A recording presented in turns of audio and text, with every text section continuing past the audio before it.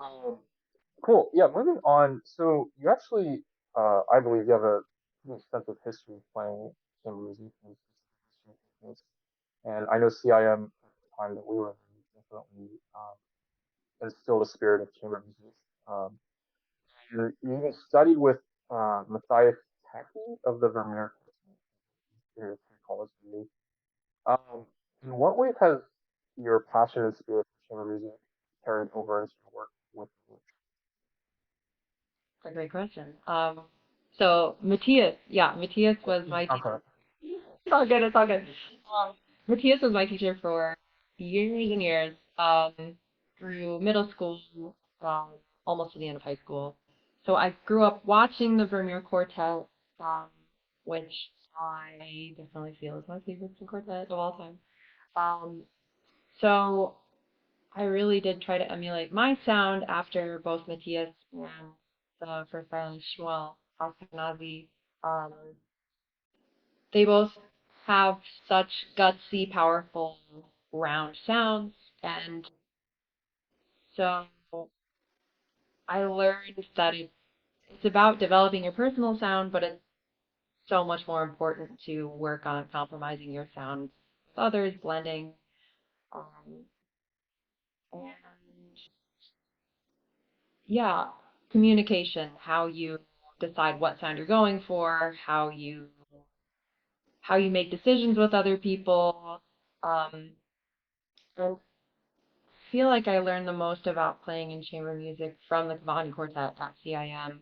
I was lucky enough to be in the intense quartet seminar, and just we were so full of wisdom about how to rehearse, how to take your ego out of it, or at least put it aside, because we can never fully remove our egos from our playing, but at least at least table it during a rehearsal, or um, yeah, during rehearsals, coaching, to figure out what's the best what's the best for the group, what's the best for this musical product.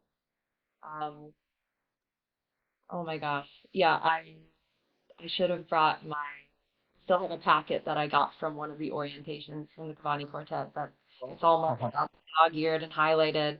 Um, they just had so much wisdom to share with students at CIM about how to listen and how chamber music will help you in any career in music or not music. It's just how to get along with people, how to listen. So when I am playing an orchestra, I really try to imagine I'm getting coached by one of the Cavani Quartet members, and oh, the student has an eighth note before you guys have your entrance. Um, yeah, it keeps things really interesting, and it also makes you feel more fulfilled in your section position, just knowing like you're locked in, you're engaged. So I think playing in a quartet can help with really anything, teaching, solo performance, orchestra, whatever you decide to do. Yeah, and I think um, along with the Cavani's, obviously, he's Peter Solif of the Cleveland. He was so inspirational. I think we were both blessed to have coaching with both him and members of the quartet. I think what I love about chamber music, and I'm sure you would agree, is it forces you to listen. And having worked with a lot of younger people, I think that's a skill that isn't always innate, especially in today's society where it's like really easy to kind of get distracted. But I think when you get to a place where you're really listening to what someone next to you is doing and reacting off of that takes a lot of focus that I think isn't always young, young people. Yeah. Totally, it's a skill that you have to work on. And I'm so glad you mentioned Peter Solomon. He was amazing at CIM as well, and was so instrumental.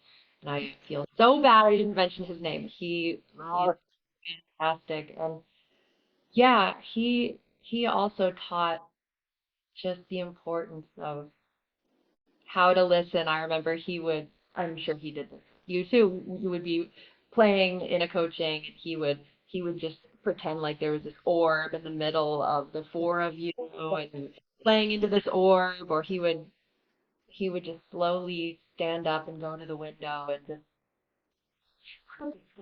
play like play like that. Somehow everyone was like, of course.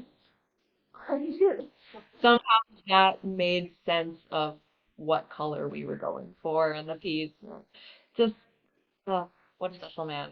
And he just taught everyone how to think outside the box and really go there.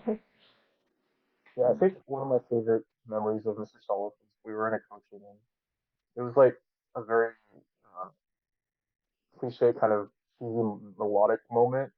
He like you remember how he had a lot of like, squirrels or something in the studio? He like grabbed one and he like it was so adorable, but Oh yeah, yeah. Oh my God. What a wonderful, wonderful man. Oh, yeah.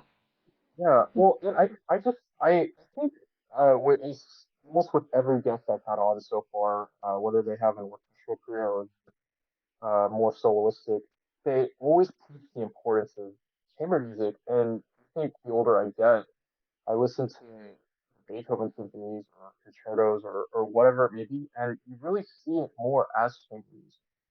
You know, it's not just even in a concerto, as you I'm sure are aware, it's not just the one instrument.